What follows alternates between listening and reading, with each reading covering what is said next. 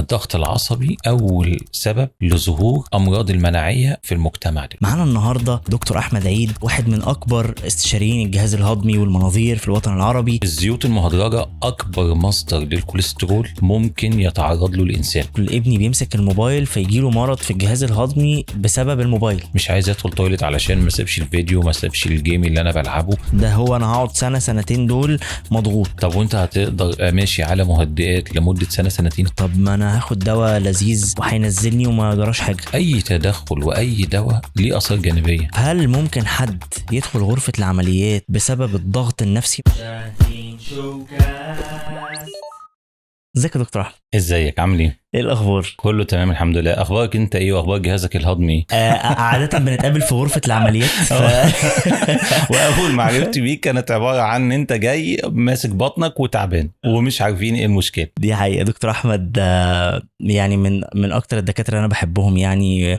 وهو مش ايه يعني، هو مش من الناس اللي بتعالج وتدي ادوية وخلاص، هو بيظبطك نفسيا قبل ما يدخلك غرفة العمليات. 80% من العلاج لازم يكون نفسي، ولازم يكون المريض مرتاح للطبيب ومرتاح للمكان اللي موجود فيه ومتقبل خطة العلاج وتفر حتى لو صعبة.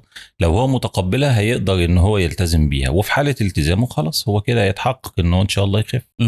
دكتور احمد، انا عايز ابدا بداية مختلفة قبل ما نخش في التفاصيل الطبية. كتير من الناس اللي وممكن حتى نسأل الجمهور الاول قبل ما نبدا، كتير مننا بيحب ياكل بره. وعلشان نأكد للدكتور، كل حد بيسمع البودكاست دلوقتي من جمهور شاهين شوكاست يسيب لنا سندوتش في التعليقات كومبو. فلو حد هياكل بره، هل في حاجة سيف او آمنة ان احنا ناكلها؟ لا بص هقول لك حاجة، احنا مشكلة اكل بره ان هو دايما في كمية مواد صناعية وكمية دهون وزيوت، والزيوت بتاعته كمان يا ريت ان هي حتى بتكون زيوت كويسه، دي زيوت مستهلكه مستعمله مره واثنين وثلاثه وتعرضت يعني حتى ايفن لو كان النوع كويس، لكن الزيوت لما بتتعرض للحراره مره واثنين وثلاثه بتبدا يحصل تغيرات في تركيباتها الكيميائيه، ودي بتكون من الحاجات اللي بتاذي الجهاز الهضمي جدا، ويمكن الناس حتى مش عارفه الكلام ده. الحاجة التانية ان في ناس كتير تقولك طب انا مش هاخد حاجات فرايد علشان اتجنب الزيوت، لا انا هاخد حاجات مشويات. طب ما هو بيستخدم فحم بكميات عالية، وانت متخيل الفحم ده من سنة 48 من ايام ما كانوا بيستخدموه في كوقود للقطارات في اوروبا وفي انجلترا كانوا بيشتكوا منه. فتخيل انت بتحطه على اكلك بشكل مباشر، وبالاكل بيتعرض للفحم بكميات كبيرة، وده فيه نسبة كربون عالية، فدي برضو ما هياش من الحاجات السيف. يعني حتى الفحم كويس. لو هاكل حاجه مشويه على الفحم ده غلط؟ طبعا احنا الاكل دلوقتي اللي اتنقل لنا من التجارب الاوروبيه والتجارب الامريكيه وطرق الاكل الاوروبي والامريكي اللي هو قايم على الصوصات وقايم على المواد الصناعيه الكتير وقايم على الفحم وقايم على الزيوت بكميات كبيره ومهدرجه ومستعمله 50,000 مره علشان يبقى الاكل جوسي وطعمه حلو. كل ده هو عباره عن تصدير لكمية كبيرة جدا من الأمراض واضطرابات الجهاز الهضمي. الجهاز الهضمي هو سبحان الله ربنا خلقه بطريقة إن هو يتحمل حاجات معينة، وفي حاجات ومركبات تانية هو الجهاز الهضمي ما يقدرش إن هو يتحملها. طبعا أنت يعني بستغرب الكلام اللي أنا بقوله، كل الناس بتحب تاكل فرايد وكل الناس بتحب تاكل أكل معمول جاهز، والبروسيسد ميت اللحوم المصنعة اللي هي تعتبر كارثة، يعني كارثة بكل المقاييس. تمام، كل الحاجات دي من أصناف الأكل كلها مؤذية جدا للجهاز الهضمي. بمعنى احنا النهاردة مثلا لو جيت تاكل أكلة فيها حاجات مقليات وحاجات فرايد، زيت مستعمل مرة واثنين وثلاثة ومتغير تركيباته، طب ايه مشاكل زيت زي كده؟ أول حاجة بيعلي نسبة الكوليسترول في الدم، لأن الزيوت المهدرجة أكبر مصدر للكوليسترول ممكن يتعرض له الإنسان، وخصوصا إن هو الجسم بطبيعته بيصنع الكوليسترول في فترة بالليل أكتر من النهار. فتلاقي أنا بروح من شغلي باكل ساندوتش من تيك أواي مليان زيت قد كده وبروح أنام، فأنا خدت جرعة كوليسترول حلوة في توقيت كويس اللي هو بالليل، فأنا كده بهدلت شراييني. تمام. طب لو الكوليسترول لو عالي جامد في الدم ايه اللي بيحصل؟ بيترسب بقى دهون على الكبد، ويبدأ الإنسان يدخل بقى في مرحلة السمنة ومرحلة دهون على الكبد، وطالما دخلنا في دهون على الكبد وزيادة في الوزن بدأنا ندخل على المرحلة الثانية، الشرايين تبدأ تتأذي، تمام. بدأنا ندخل على الشرايين دكتور الجهاز الهضمي. لا ده هنجي نروح دكتور جهاز هضمي ودكتور قلب ودكتور مخ واعصاب. وده هو اللي بيخلينا النهارده بنلاقي ناس 35 36 سنه وبقينا بنمشيهم على ادويه كوليسترول عكس ما الكتب ما هي كاتبه. بقينا بنلاقي ناس حتى في اطفال بقينا بنلاقيهم عندهم دهون عاليه في الدم، سمنه مفرطه. كل الحاجات دي بتمثل بيردن على الجسم. زمان ما كناش بنشوف الكلام ده من 10 15 سنه قبل انتقال ثقافه الاكل اللي فيه القايم على البروسيسد مول الميت اللي هي اللحوم المصنعه والزيوت والاكل الفرايد والحاجات الصوصات العاليه قوي. ما كناش بنلاقي مشاكل زي كده وامراض زي كده. طب انا يا دكتور بصراحه هقول لحضرتك حاجه، انا عارف كويس قوي انه جدولك مثلا زحمه، وصبح مستشفى وبالليل عيادات وبعد الظهر عمليات وكده، فانت قاعد طول الوقت بره في الشارع. بتعمل ايه في الاكل؟ يعني انا بحكي لك، انا مثلا النهارده قبل التصوير انا قاعد في الاستوديو من اول اليوم، فطلبت سلطه عشان تبقى حاجه خفيفه، في الاخر كلت من بره. انت بتعمل ايه؟ ما انت بره طول اليوم. بص انا زي حد في الاول، وكنت حتى انا نفسي كنت بعاني من المشكله دي ان انا بروح البيت فبضطر اكل وانام، وده حصل لي يمكن عمل لي انا نفسي مشاكل في دهون. بعد كده قعدت ان انا افكر فلقيت ان الحل مش هيبقى كده. الحل مش هينفع ان انا اكمل لايف ستايل بالشكل ده. فقررت ان انا اغير اللايف ستايل بتاعي. يمكن انا لما هقوله ناس ممكن تشوفوا ايه يا عم ايه اللي بيحصل ده مش عملي قوي الكلام ده. يعني انا دلوقتي بقيت بصحى بدري، افطر فطار خفيف، جبنه بيض مسلوق حاجات زي كده. بقيت بنزل لازم نص ساعه رياضه بشكل يومي، تمام، او اتليست 3 مرات في الاسبوع. تمام. وقت الظهر او وقت العصر اللي هو وقت الغداء بقيت بحاول ان انا اكل حاجه خفيفه واخدها من البيت. تمام. او لو انا مضطر قوي ان انا اكل حاجه من بره ممكن نستخدم حاجه فيها شوفان خفيف. تمام. لو هاكل تقريبا منعت الحاجات اللي فيها دقيق ابيض خالص، حاولت ان منعت الاكل اللي فيه زيوت بشكل كبير. تمام. فبقى اعتمادي في الاكل كله على السلطات، الفاكهه، البروتين. تمام. بس بحاول ابعد عن المقليات والحاجات دي. طبعا انا بتكلم النهارده كاحمد وكدكتور احمد. بمعنى ايه؟ كاحمد عن تجربه شخصيه. انا كنت لما باكل الاكل الفاست فود والكلام ده لا كان عندي طبعا حصل لي انا نفسي كان عندي فيه زياده في الوزن، الدهون بدات تعلى عندي، بدات احس بخمول بتعب. انا بتكلم كاحمد. فقررت ان انا افكر كدكتور احمد. فلقيت ان انا لازم ان انا اغير طريقه الحياه او اللايف ستايل بتاعي. فبدات شويه اتجه للرياضه، بدات ان انا اقلل في اكل الحاجات الدسمه جدا. تمام. الزيوت والدهون، الحاجات اللي فيها دقيق ابيض لانها صعبه الهضم جدا وبتزود تراكم دهون الكبد. فلقيت ان انا انعكس ده على صحتي انا نفسي. حسيت لا ان انا حسيت بفرق.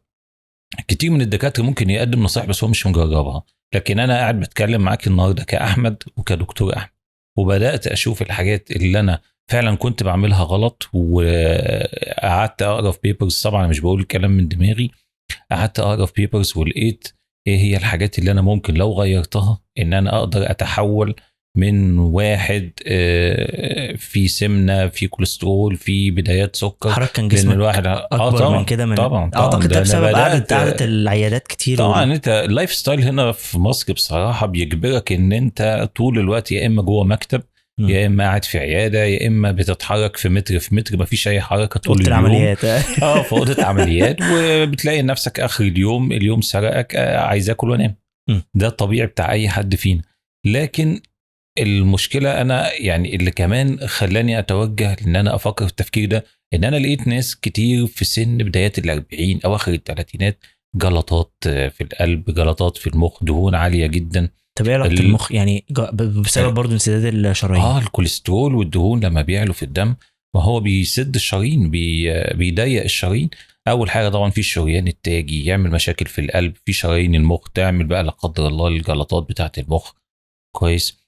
بلس طبعا ان هو بيعمل تراكم للدهون على الكبد. ويمكن ده لقينا ناس بس بنلاقيهم اللي هم في السن ال50 و60 بقوا بيجوا لنا بتليف كبدي، ونقعد نعمل ابحاث وتحاليل وفي الاخر نكتشف في النهايه ان ده عباره عن شويه دهون على الكبد وعملوا التهاب كبدي دهني.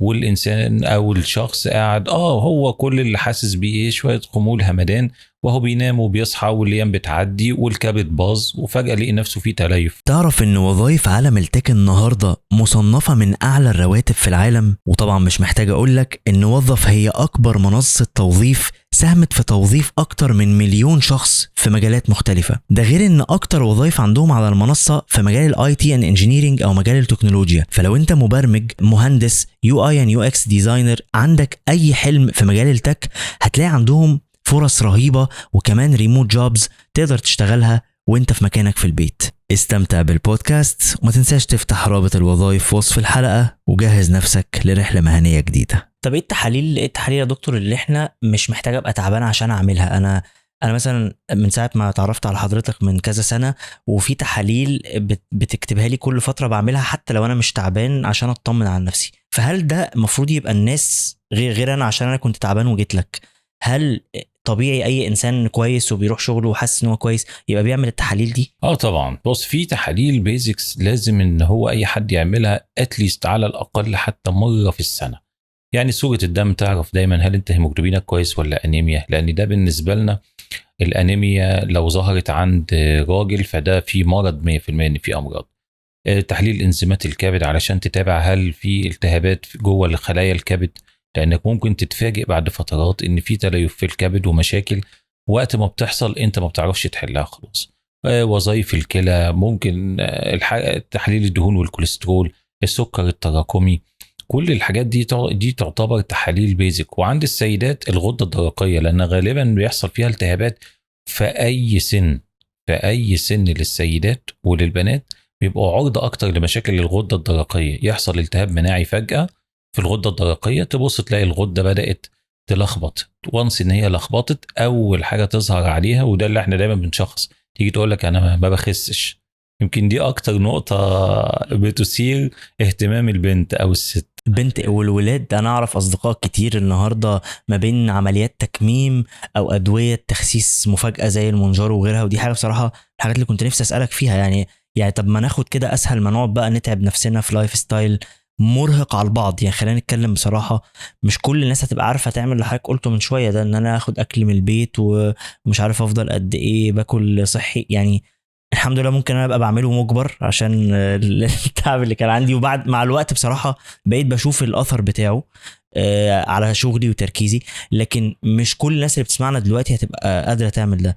فلو في حد النهارده عايز يخس، هل فعلا في حاجه ممكن ادويه ياخدها تفرق معاه؟ بص، هي القاعدة العامة إن هو أي دواء بيتصنع ليه آثار جانبية ولو بنسبة 1%. أنا مش بقول الكلام ده علشان أقول إن الناس ما تتجهش لاستخدام أدوية. لا، في حالات هتبقى مضطرة تستخدم أدوية، وفي حالات هتضطر تركب بالون للمعدة، وفي حالات تانية هتبقى مضطرة إن هي تدخل جراحات. مش هقول إن كل الناس هتقدر إن هي تنزل وزنها بطريقة الهيلثي وتلعب جيم وتاكل أكل هيلثي والكلام ده كله. أنا معاك، لكن علشان كده دايما بيبقى في حاجة اسمها مؤشر كتلة الجسم، وعلى أساسه بيتحدد أنت أنهي بلان مناسبة ليك.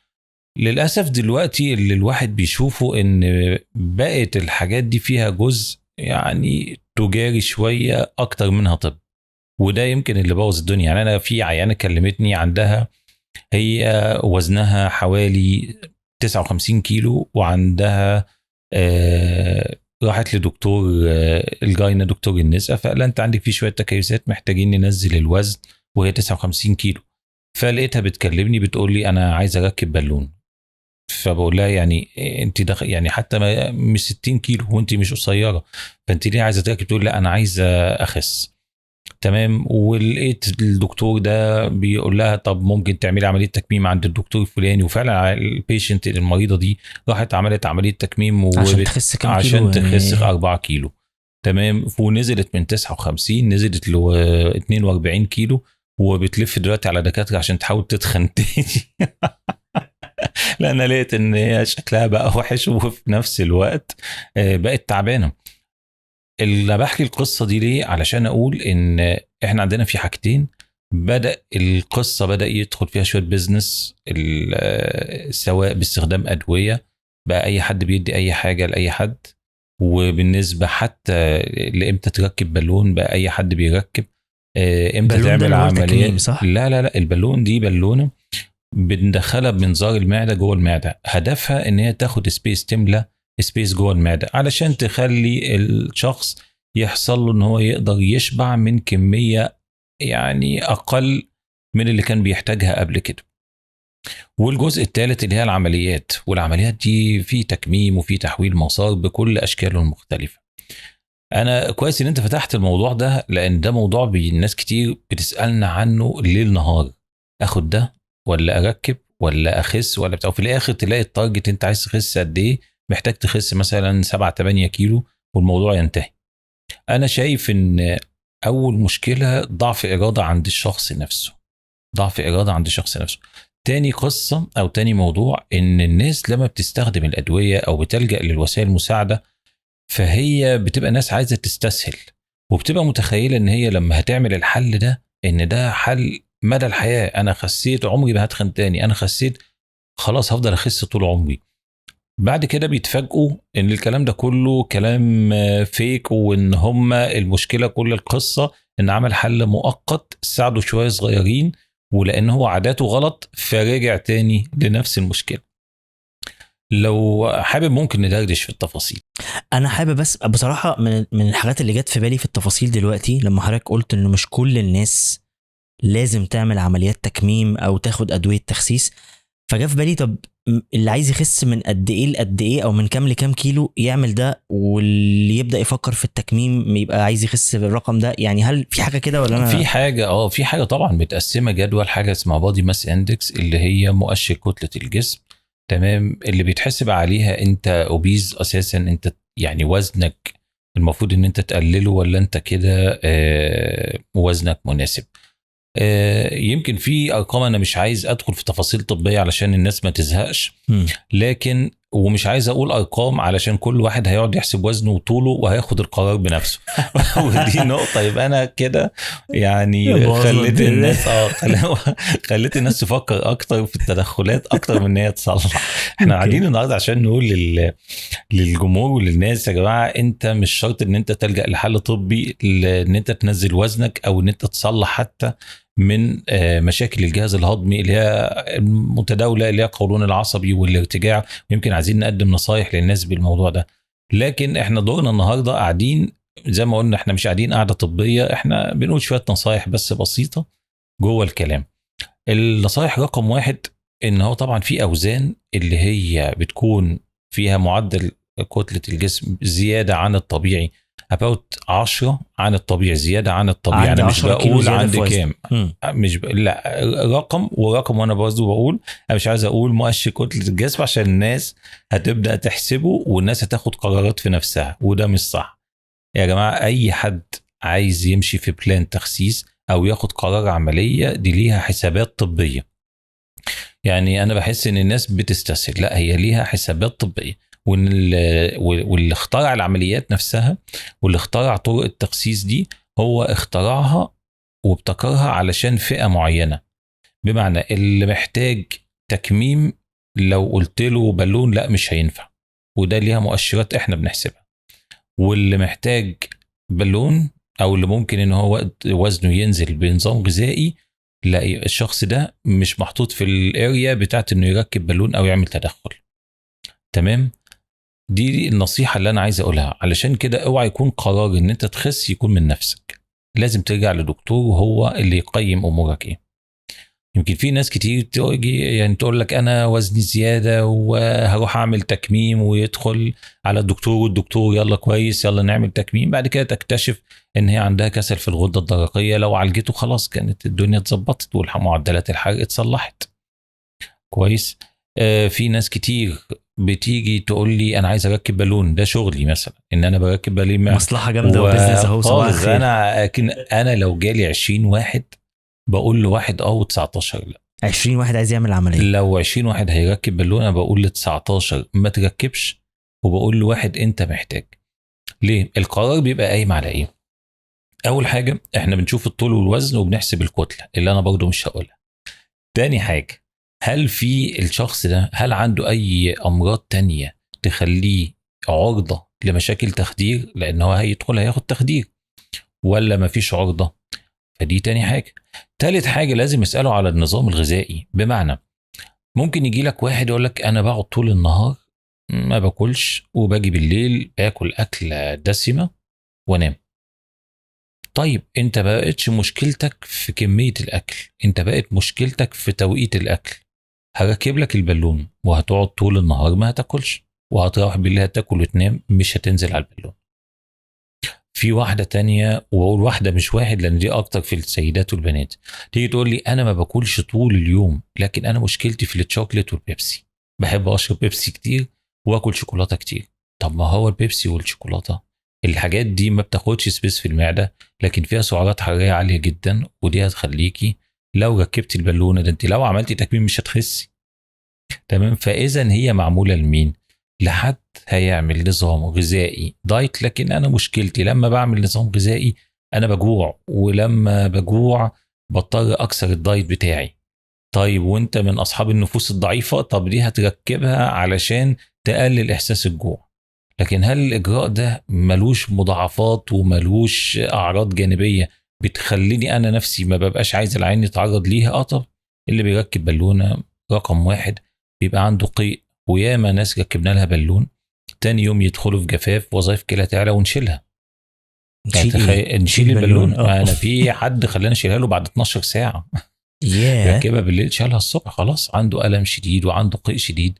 القيء الشديد ده هو مش قادر يتحمله، بنعمل وظائف الكلى تاني يوم لقينا الكرياتينين وظائف الكلى عليت، خلاص انا هبوظ كليته عشان يخس؟ لا لا طب. فالحاجات ليها اثار جانبيه اي خطيره. تدخل واي دواء ليه اثار جانبيه.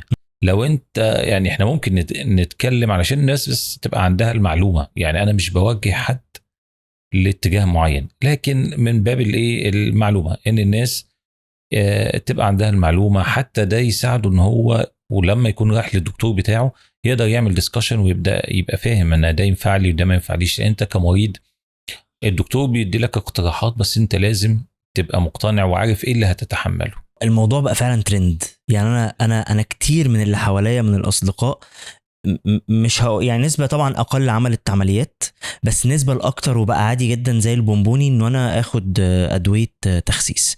طب ماشي، العمليات فاهمين انه لها سايد افكتس او اثار جانبية كبيرة. طب ما انا هاخد دواء لذيذ وهينزلني وما جراش حاجة يعني. كويس. الفكره دي فكره، مش هقول لك فكره وحشه ومش هقول لك فكره كويس، بس زي ما اتفقنا ان اي دواء ليه اثار جانبيه. احنا عندنا الادويه في الماركت بتاعه التخسيس نوعين، في ادويه مجهوله المصدر احنا مش عارفين لغايه دلوقتي هي عباره عن ايه، وفي ادويه تانية كانت نازله لمرض معين اللي هي علاج السكر، لكن لقوا من الاثار الجانبيه بتاعتها ان هي بتنزل الوزن، فقال لك طب يلا احنا نجرب جرعات معينه عاليه ونشوف تاثيرها على الناس ايه. في ادويه انا مش هتكلم عن اسامي تجاريه ولا حتى اسامي علميه عشان برضه ما حدش يتوجه ويستخدم حاجه من نفسه. ادويه حتى العينين بيقولوا لي علبه خضراء وعلبه زرقاء، وبتلاقي غالبا دكتور التخسيس هو بيبيعها لهم والصيدليه اللي جنب الدكتور. ودي طبعا دي مشكله لان بيكون فيها مواد احنا فعلا مش عارفين هي ايه. وشفنا مشاكل ناس، يعني انا شفت ناس دخلوا في فشل كلوي حاد وفشل كبدي حاد من ان هم بياخدوا ادويه احنا حتى مش عارفين ايه الماده الفعاله بتاعتها عشان تساعده اصلا. وابسط كلمه يتقال لك ده اعشاب وده مش عارف ايه، واحنا مش عارفين ايه اللي محطوط. وحالات جات وما عرفناش السبب ولا ايه الماده الفعاله حتى بتاعت الدواء اللي بتستخدمه. فانا رايي ودي نصيحه، ما تاخدش دواء الا لما تكون عارف ايه الماده بتاعته، ايه الماده الفعاله. وما تاخدش دواء من بيتباع على النت او دواء بيتباع في صيدليه من غير ما توريه لدكتور. ودكتور بمعنى مش حد تغذيه فقط، لا حد طبيب تغذيه، طبيب دكتور يقول لك انا علاجتي الدواء ده الماده الفعاله بتاعته كذا وبيشتغل بالطريقه الفلانيه. فده جزء الادويه مجهوله المصدر. في بقى ادويه تانية، دي ادويه مجموعه من الادويه دي طلعت في الاول علشان تعالج مرضى السكر، لقوا ليها اثر جانبي لطيف ان هي بتسد الشهيه. الكونسبت اللي عند الناس ان الدواء ده بيعلي الحرق، هو ما بيعليش حرق. هو الدواء ده قصته كلها انه بيشتغل على هرمون معين جوه، وان هو بيخلي حركه المعده تكون ابطا، فبيخلي الاكل يقعد في المعده لفترات طويله. الاكل بيتنقل من المعده للاثنى عشر والامعاء في وقت بياخد 4 ساعات اب تو 6 يعني اب تو 6 ساعات. تمام. بيكون الاكل اللي في المعده اتنقل الدواء ده بيبطئ حركه المعده شويه، فبيخلي الاكل يقعد فتره اطول، فبالتالي بيدي لك احساس بالشبع فترات طويله، فانت ما بتاكلش. الدواء الافكت بتاعه كويس، لكن ندخل بقى على السايد افكتس. السايد افكت بتاعتنا ايه؟ اول مشكله ان هو بيعلي انزيمات البنكرياس، وبعض الناس ممكن يدخلهم في التهاب البنكرياس، والتهاب البنكرياس ده التهاب مزعج لانه ممكن يدخل الانسان الرعايه المركزه، فبالتالي دي حاجه لازم بنتابعها. تاني حاجه ان هو لقوا انه بيزود ريسك سرطان الغده الدرقيه، وخصوصا عند الناس اللي عندهم تاريخ مرضي في العيله، ان بيجي له ان حد قريبه جاله ورم في الغده الدرقيه، فممكن الدواء ده يسرع البروسيس عند هذا الشخص. فاذا دول اتنين سايد افكتس يعني خطر جدا. نيجي بقى على الحاجه التانية، زي ما هو هدى حركه المعده، هدى حركه الامعاء والقولون. ويمكن سمعنا عن كذا حاله دخلت المستشفى يقول لك ده جاله شلل في الامعاء من الدواء. ما هو الدواء معمول علشان يقلل حركه المعده ويقلل حركه الجهاز الهضمي، هو معمول علشان كده. فانت لما تستخدمه بالجرعات العاليه اللي هي هتخسسك، متوقع ان هو ممكن يوقف الامعاء ويوقف القولون في اي وقت. تمام. فبالتالي ده من الاثار الجانبيه اللي احنا شفنا ناس بتدخل الرعايه وناس بتدخل المستشفى بسببه. هل ده معناه ان انا بقول ان ما حدش يستخدم الدواء، او ان انا بقول ان المجموعه دي من الادويه خطيره؟ لا خالص، زي اي دواء ليه نسبه اثار جانبيه. مين اللي بيحدد تقدر تستخدمه او لا وتكمل عليه او لا؟ الطبيب. وبعد ما يشوف تحاليل، ولازم ما تستخدمش حاجات زي كده الا لما تكون عامل تحاليل تعمل انزيمات بنكرياس وتعمل سكر وتعمل كلى، علشان تبقى متابع الحاجات دي. في الاول وفي الاخر انت بتستخدم دواء، ماده كيميائيه. طب دكتور احمد، انا هقول لحضرتك حاجه يمكن انا مش بس عشتها وحضرتك ساعدتني فيها يعني، بس انا اكتشفت ان دي مشكله كبيره عند ناس كتير من اللي انا بشوفهم، في بالذات في البيزنس اللي فيه ضغط عالي او ستريس عالي. آه، وخليني اقول لك السؤال بشكل مختلف: هل ممكن حد يدخل غرفه العمليات او يوصل للمستويات العاليه من المرض بسبب الضغط النفسي، ما يبقاش عنده حاجه مشكله في الجهاز الهضمي؟ طبعا الضغط النفسي ده شيء قاتل، مش مؤذي، قاتل، شيء قاتل. بمعنى لقوا ان الامراض المناعيه بتنشط بالاسترس. يعني الانسان اللي بيتعرض لضغط نفسي، لو هو عنده جين، الجين ده هيسبب له مرض مناعي في وقت ما.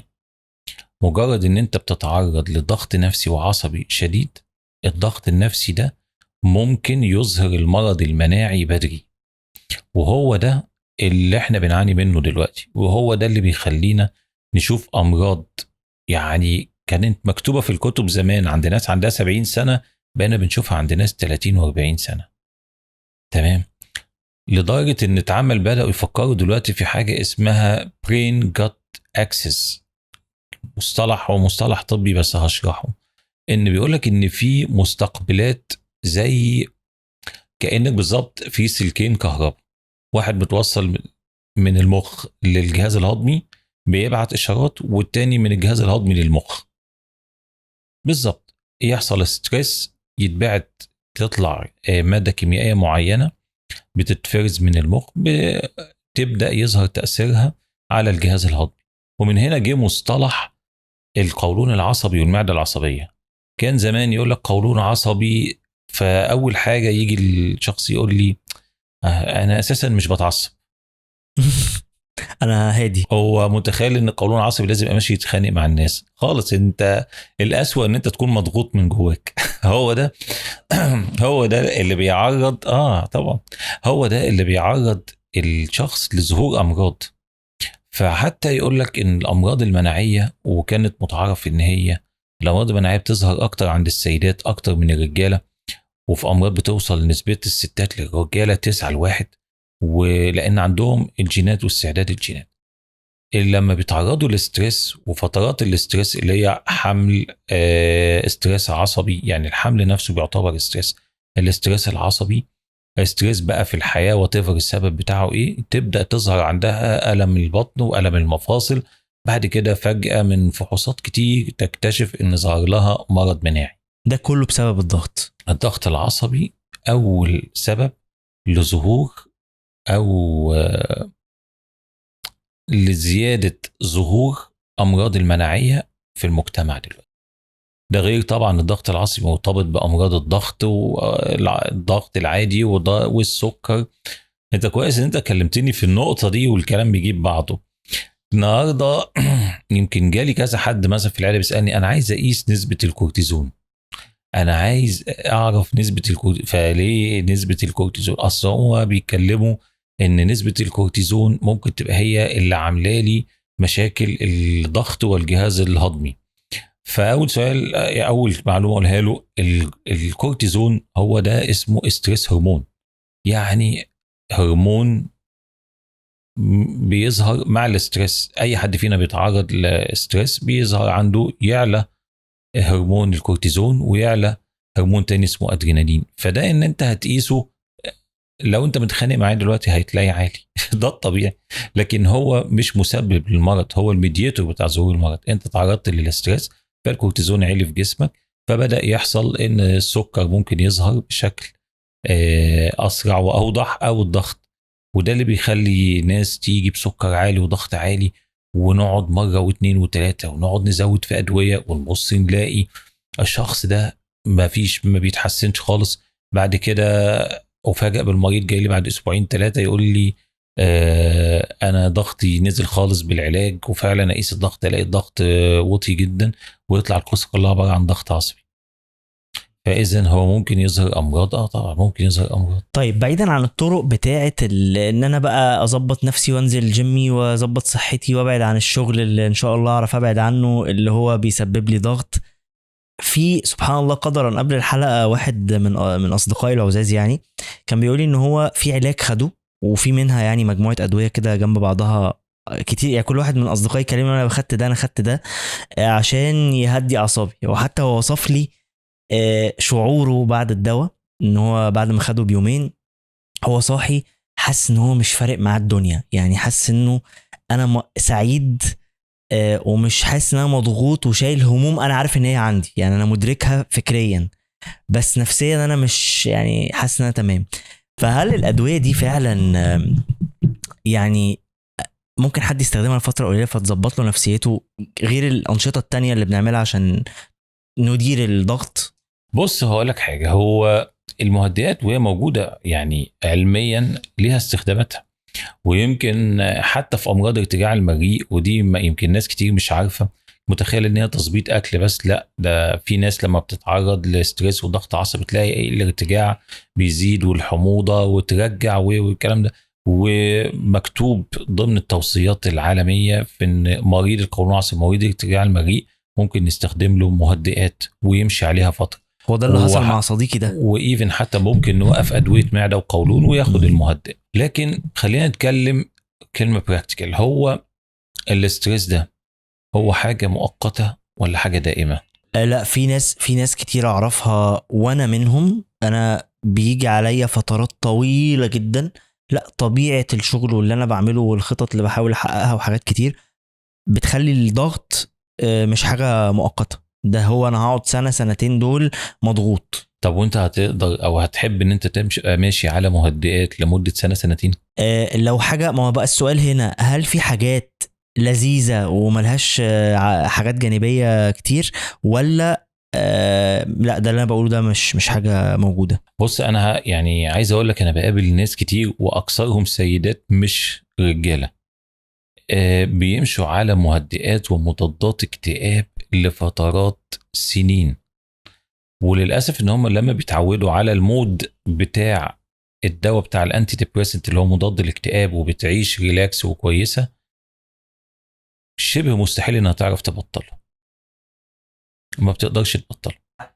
انت بتوصل لمود مختلف، انت بتوصل لمود مختلف. ولذلك حطوها جزء كبير من الادويه تحت مسمى ادكشن، انت خلاص ادمنت الدواء ده. الاسوأ ان انت ممكن يحصل لك حاجه اسمها توليرنس، تتعود على جرعه فتلاقي نفسك لا ارادي عمال بتزود، فانت عمال بتزود لنفسك في جرعات المهدئات، فانت بعد شويه تلاقي نفسك لا ده انا عايز نوع تاني معاه. طب انت ايه؟ ما هو لو كان ده حلك من الاول كان المفروض ان انت هتستخدمه وقت وخلاص ظبط لك الدنيا فخلاص. طبعا في نظريات للطب النفسي بتقول ان الحاله المزاجيه بيتحكم فيها مواد كيميائيه وان لازم نستخدم الادويه، لكن برضو يعني برغم ان في ادويه كتير جدا موجوده لامراض كتير، لكن انا يعني من مبدئي حاول قدر المستطاع تتجنب استخدام ادويه، خاصه لو ليها بدائل تانية. اشواجندا بقى، نشرب ما اشواجندا. انا ولا فيها مشاكل دي كده؟ هو بص ده الترند دلوقتي وربنا يستر. ايوه، بص انا عامه مع هقول لك الكركم، حاجه، اشواجندا وكركم. ايوه الكومباينيشن اللذيذ. بص هقول لك حاجه يعني من اللي انا شفته ان في ادويه، دايما الادويه مع بدايه ظهورها بتبقى ليها نتائج، النتائج بتبقى مبهره للطبيب وللمريض، بس من اللي انا شفته ان في ادويه كتير اتسحبت بعد 10 سنين لانهم اكتشفوا انها عملت كوارث. بعد 10 سنين، بعد 10 فكل اللي سنين خدها في ال10 سنين احد دول لبسوا في ادويه الحيط. السكر كان من اشهر ادويه السكر، لانه بيزود ريسك الموت المفاجئ، واتسحب بعد ما قعد في الماركت 10 سنين. فهو دواء صريح بيعالج مرض او بيظبط حاجه معينه. كنا فرحانين موليكيول جديد ودواء جديد ونتائج حلوه، فجاه اختفى. ايه يا جماعه؟ الشركه قدمت اعتذار، قالت لك لا الدواء طلع بيتسبب في موت مفاجئ. اعتذار غير مقبول، في ناس خالص. كتير قوي ماتت. لا حول ولا قوة إلا فاذا بالله. احنا دلوقتي قدر المستطاع لو ما عندكش مرض حقيقي ما تستخدمش ماده كيميائيه. يعني النصيحه دي نصيحه غريبه جدا من طبيب، المفروض ان انا اقول لكم انت جيت لي بتشتكي كذا هدي لك العلاج الفلاني، بس انا بقول لك لو ما عندكش مرض حقيقي ما تستخدمش ادويه كيميائيه قدر المستطاع. وانا بقول مرض، يعني في فرق ما بين مرض وما بين يعني اعراض او اضطراب صحي خفيف. يعني يجي مثلا واحد قولون العصبي يقول لي انا همشي على الدواء الفلاني بقالي 20 سنه وهفضل ماشي عليه. طب انت كويس بتتحسن؟ لا مش طب بتاخده ليه؟ تمام. طب انت قول لي، طب نقعد نراجع مع بعض. طب انت اكلك ايه؟ لا انا لازم افطر كل يوم فول وطعميه، لازم اشرب سجاير، لازم اعمل. طب حضرتك ما هو انت لو بطلت الحاجات دي هيقل استخدامك للدواء. تمام، لان انت اكشلي بقيت ماشي عليه 10 سنين وانت مش حاسس باي تحسن دلوقتي.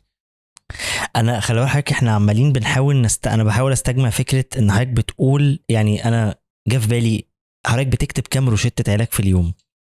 يعني ما بتقلش عن كام؟ يعني في ايام ممكن اوصل 40 وشت. فبتكتب 40 من 40 ل 100 روشته في اليوم وجاي تقول لنا ما تاخدوش علاج، فبرضه ال 40 ل 100 روشته اللي انا بتكلم فيها اللي انا بكتبها هتلاقي جزء كبير جدا دايما بكتب للمريض عند اللزوم. عند اللزوم. عند اللزوم. فهو حتى بيبقى مستغرب يعني ايه. لو حسيت انت مثلا، ما هو انا دلوقتي لما يجي لي عيان يشتكي من اعراض قولون عصبي غير عيان بيشتكي من اعراض قولون تقرحي. قولون تقرحي ده مرض يبقى احنا لازم طريقه علاج معينه وادويه معينه للمناعه. ده مش هقول له عند اللزوم، ده دواء لازم انا اكتبه ولازم هو ياخده. لكن واحد يجي باعراض قولون عصبي وعملنا فحوصات كتير واطمنا ان هو قولون عصبي، فحتى ترجمته دلوقتي يقول لك متلازمه القولون العصبي، يعني حاجه رخمه مش هتسيبك، جار رخم. جار رخم قاعد معاك. تقعد وانت في شغلك النهارده صحيت عايز افطر فول وطعميه، فطرت مع اصحابك الاقيكم كلكم عندي في المستشفى كلنا عندنا مغص. طيب ما هو البقوليات.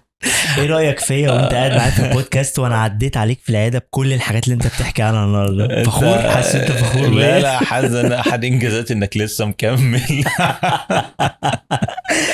طب انا جه في بالي لما كنا بنتكلم حالا عن المهدئات وكده، بالمناسبه صديقي اللي كان بيكلمني هو اصلا يعني كان بيعاني من ارتجاع مريء، حاجه تانية خالص. فلما راح للدكتور قال له انت الارتجاع المريء ده له علاقه بالقولون عصبي، فاداله المهدئ. فمش عارف نتكلم عن ارتجاع المريء ولا نكمل كلامنا عن القولون العصبي؟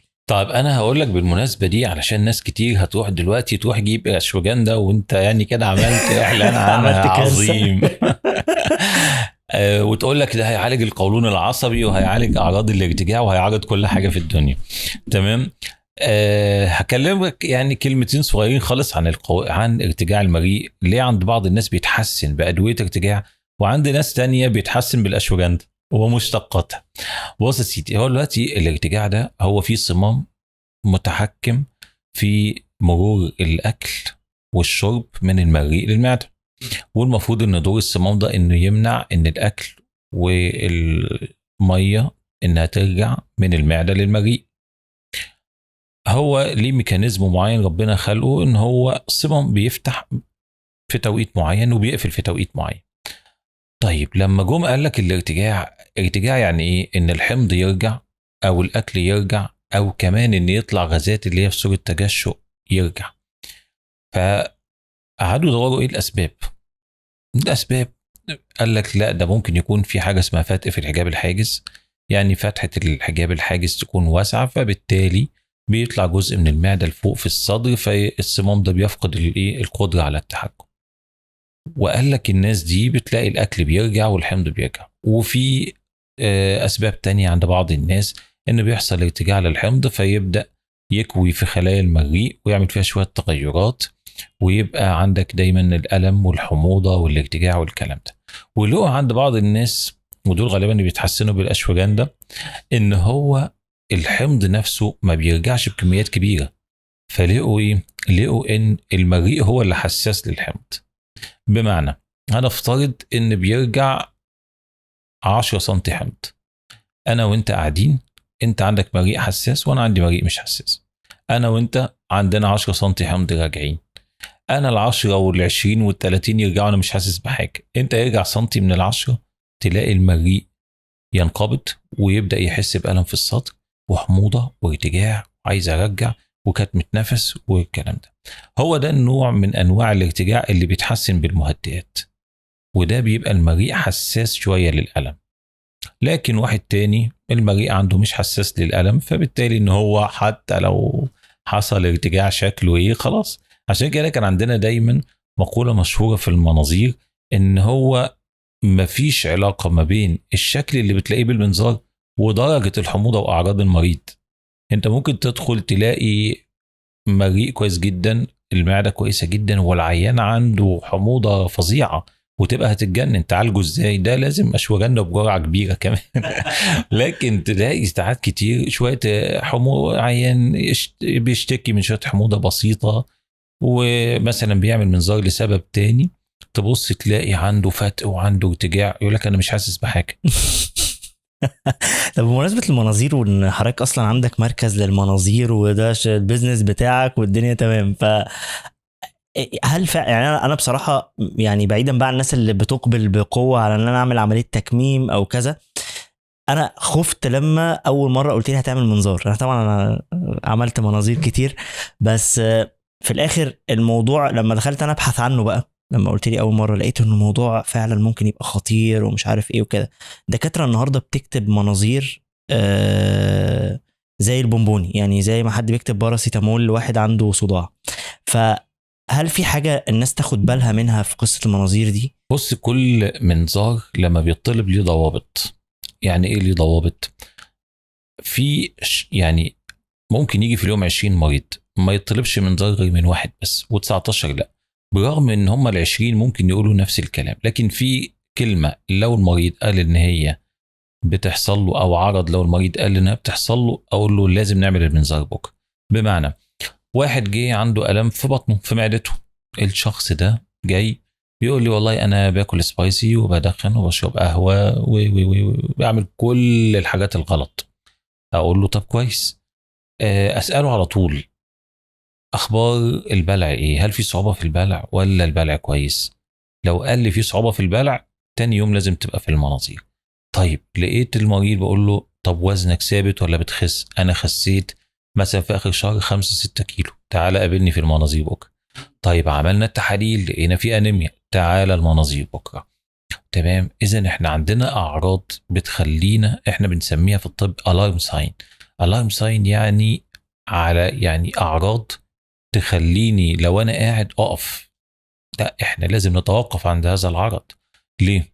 لان هذه الاعراض بتحمل احتمالات كتير، بداية من ان ممكن يكون اللي عنده صعوبة في البلع يكون شوية ارتجاع وعامل له التهابات في المريء، ابطن يكون عنده كانسر، ابطن يكون عنده حاجة اسمها اكاليزيا، يعني الصمام اللي بين المريء والمعدة ما بيفتحش بشكل كويس. اذا دي من الاعراض المهمة. لو واحد جه قلب رجع دم، ممكن يكون قرحة، ممكن يكون التهابات، ممكن يكون اورام. واحد قلبي يخس، ممكن يكون فيه اورام. والمشكلة دايما يعني بنقعد نفكر كتير، طب ليه الاورام بتتشخص متاخر؟ بتبقى غالبا ان هو بيبقى يا اما المريض مهتمش بالعرض قوي، عندي حموضه يروح للصيدليه يديله قرص للحموضه والامور بتمشي، ويا اما واحد تاني بيجي له صعوبه في البلع لكن مش حاسسها، انا بشرب ميه الاكل بيعدي خلاص، ده انا زورت، ده مش عارف مين حسدني، اي كلام. وتفاجأ في الاخر بان التشخيص بيجي تلاقي بقى لو ورم تلاقيه من الدرجه الثانيه والثالثه والرابعه، وتبدا بقى السيناريو سريع جدا من التدهور ومحدش هيعرف يكنترول. هو هل لازم دايما الحاجات الكبيرة لا قدر الله دي لها أعراض، يعني بتبان أعراض، ولا ممكن تبقى حاجة مش محسوس بيها لا خالص؟ لا ولا لا, لا. اي حاجه كبيره هي بتبقى فيه دايما في مقدمات، دايما في مقدمات. المقدمات دي بتعتمد بقى ان هو الدكتور يتناقش مع المريض ويديله مساحه من النقاش كويسه، وان المريض بصراحه لازم برضو يكون يعني مركز لان في زي ما بقول لك كده الدنيا هنا في مصر ماشيه بالحب. يعني واحد يجي يقول لصاحبه ده انا والله ايه بقى دخلت التويليت فنزل دم مع البراز، فالتاني يقول له اكيد في بواسير، طب خد مش عارف قرص ايه بعدها يجي لي العياده يا سيدي في دم يبقى لازم منظار، لا لا لا وانا خدت الدواء الفلاني والدم وقف وسلام سلام. اقابل نفس المريض ده بعد سنه ويجي يقول لي انا الدم اتكرر معايا حوالي 7 8 مرات، لما لقيته بقى وصل 10 مرات جيت ندخل نعمل منظار نلاقي ورم. طب ليه انت، طب ليه؟ وده في قصص واقعيه انا شفتها، قصص واقعيه انا شفتها. تمام، لدرجه ان هو المريض نفسه اول حاجه يقول لك انا قصرت في حق نفسي. ايوه ما انت بتقول ليه متاخر؟ حضرتك دخلت غرفة العمليات كم مرة لغاية دلوقتي؟ كدكتور اه كتير. تعد صح؟ لا كتير كتير. وشفنا بقى المشكله ان انت لما بتيجي العيان في الوقت ده بتتحول من حاله طبيه لحاله انسانيه. يعني لما يجي لك واحد عنده يعني انا فاكر بنت كانت 24 سنه وبيحصل لها نزيف من الشرج كده مره في الثانيه في الثالثه ومكبره دماغها، وصاحبتها تقول لها ده اكيد في بواسير، خدي المرهم ده خدي ده، لا لا مش محتاجه تروح لدكتور، تعمل تحاليل تلاقي انيميا تقول لا اصل ده عادي واكيد انا ما باكلش كويس. المشكله هنا في مصر ان الواحد بيلاقي يعني 100 مبرر للغلط اللي عنده، فما بيحطش ايده على الغلط بسرعه. وده اللي خلى دايما الدوريات العلميه تحط توصيات. يعني النهارده لما بتقول للمريض انت في قيء دموي خلاص منظار، ما بيقول لك اسمه urgent endoscopy، براز اسود منظار، نزيف شرجي منظار، نقص وزن مع اعراض جهاز هضمي واتيفر هي فين منظار. كل الحاجات دي بتبقى لازم ما فيش هزار فيها. وهو الكويس ان انت تعرف تشخص بسرعه وتشخص بدري جدا، بحيث ان انت لو في حتى بدايات ورم هيبقى علاجه اسهل والنتيجه بتاعه العلاج تكون احسن. ايه اكتر حالات بتجيلك في العيادة؟ يعني خلاص انت عارف انه النهاردة من 50 100 حالة اللي هاخدهم في 5 10 عندهم القصة دي، او يعني لو في كذا مرض متردد يعني. بص هو دلوقتي اكتر حاجه طبعا القولون العصبي، خصوصا في فتره الصيف والناس كلها بدات تنتشر في المطاعم، فعندنا كميه قولون عصبي وكميه نزلات معويه اليومين دول كويسه جدا. ربنا يبارك. وارتجاع مريء عنيف. الناس كلها بتسهر اجازات بقى وكله بياكل ويروح ينام ويصحى الصبح يجي لنا الصبح المستشفى. طيب ايه اكتر عادات يعني خاطئة بتنصح الناس بيها في العيادة او بيجيلك بيها مرضى فبتقول لهم خلي بالكم ما تعملوش ده؟ بص في 3 حاجات كوارث الناس بتعملها وانا كنت منهم، يعني بحكم ان انا احمد مش الدكتور احمد. ايه هم؟ رقم 1 انك تاكل بالليل، كارثه. رقم 2 الفاست فود، مصيبه. رقم 3 السبايسي، كارثه تانية. السبايسي كارثه تانية. تمام. النهارده انا ملاحظ حتى بقى بيجي لنا في العياده الجهاز الهضمي اطفال 6 سنين و7 سنين، وتلاقيه جاي مع مامته وباباه يقول لك ده بيرجع دم، ده عنده الم في المعده ما بيتحسنش ما بيخفش. ولدرجه ان في ناس بندخل نعمل لهم مناظير من كتر ان هو الوجع ما بيتحسنش، ابص الاقي اطفال عندها قرحه معده وعندها التهابات.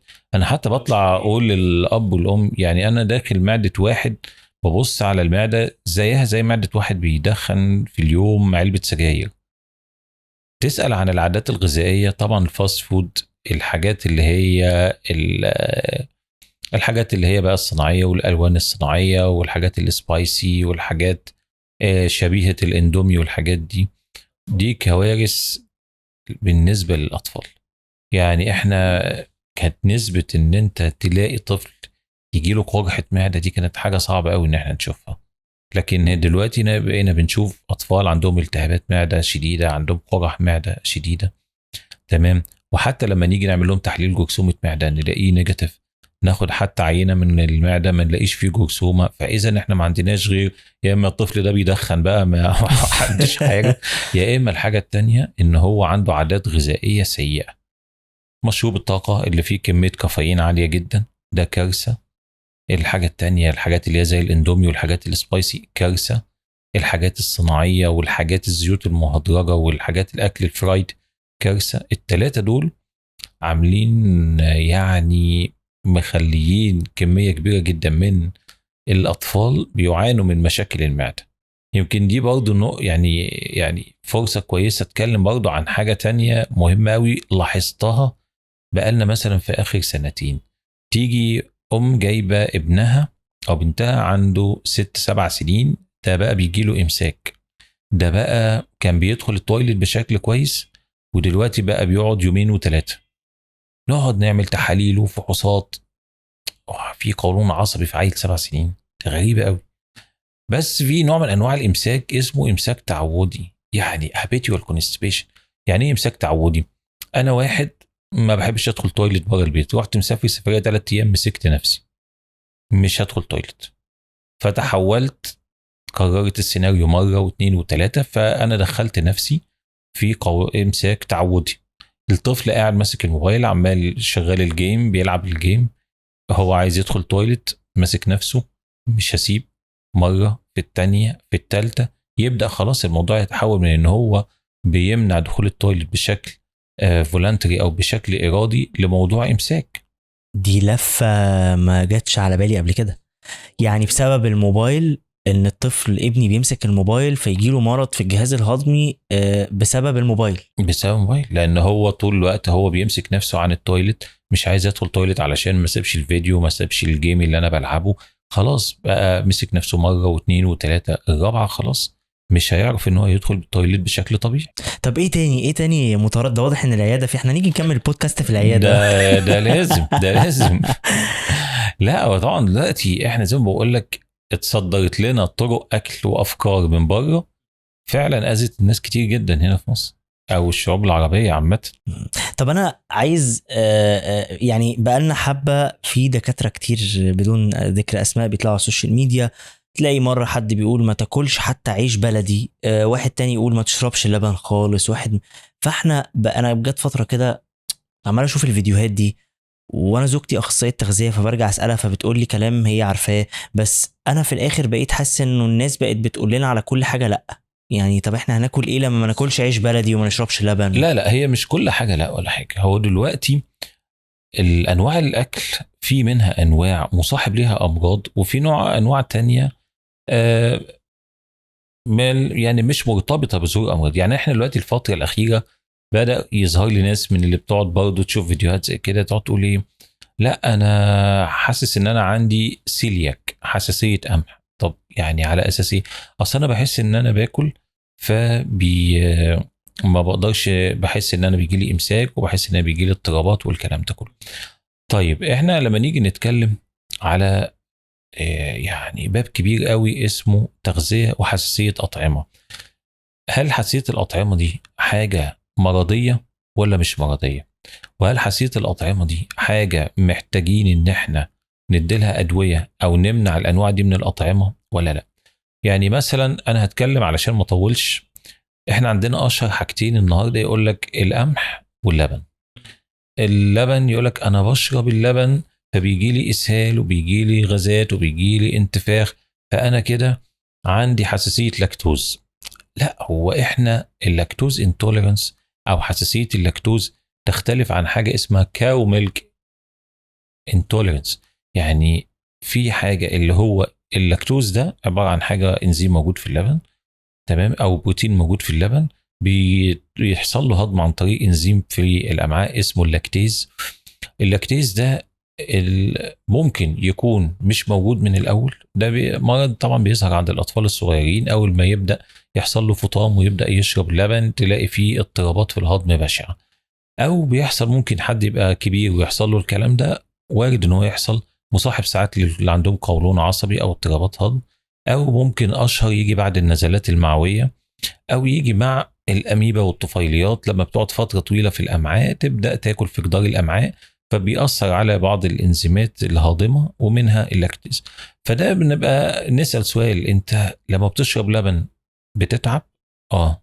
طب لما بتاكل جبنه بتتعب او بشاميل؟ لا. يبقى انت عندك مشكله مع الكاو ميلك نفسه، مش اللبن مع اللاكتوز. البلدي مش اه. اللبن المصنع. لا، انا باكل جبنه بسهل، انا بشرب لبن بسهل، انا باكل بشاميل، اي حاجه فيها منتج اللبن بسهل. لا، احنا كده رايحين ناحيه اللاكتوز انتولرنس. وكان زمان يقول لك احنا ممكن ان احنا نبطل اللبن ومنتجاته اسبوعين ثلاثه ونشوف الاعراض هتتحسن او لا. وفي تحليل بيتعمل للكلام ده، بس يمكن مش متاح قوي في مصر، والكوست بتاعته بصراحه غاليه جدا، فالواحد بيستحرم يكتبه الناس كتير. تمام. ودلوقتي نزل بقى مستخلصات انزيم اللاكتيز اللي ممكن الواحد يستخدمها مع منتجات الالبان. الحته التانية انا يعني مسكت في دول لان دول اكتر اتنين بيتقال عليهم كومنتس. انا عندي مشاكل مع القمح. طيب نبدا ناخد. في فرق ما بين حساسيه قمح وما بين مرض السيلياك. مرض السيلياك ده مرض مناعي، اللي هو بتاكل منتج القمح يبدا ينشط الخلايا المناعيه والجهاز المناعي يتجنن، يروح رايح على الامعاء، يبدا يكسر فيها، يعمل قرح، يمنع الامتصاص، يجيب انيميا، يجيب اسهال.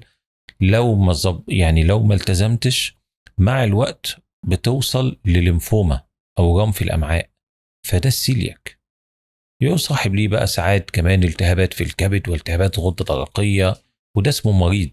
في حاجة تانية اللي هي الجلوتين سنسيتيفيتي، اللي هو عندك حساسية بسيطة من منتج القمح ده، ودي لها تحاليل معينة بنعرف الفرق بين ده وده. طبعا ده لا، خلاص انت بتقلل الدقيق الابيض، بتوقفه فترة وبترجع تاني بتلاقي الامور بدأت تمشي بشكل احسن. فمش كل حاجة أي حد يوقفها عشان نبقى أحسن. اي لو احنا عايزين نقول في نهاية الحلقة روجيتا للناس عشان تحافظ على صحة الجهاز الهضمي والقولون بتاعها من غير أدوية.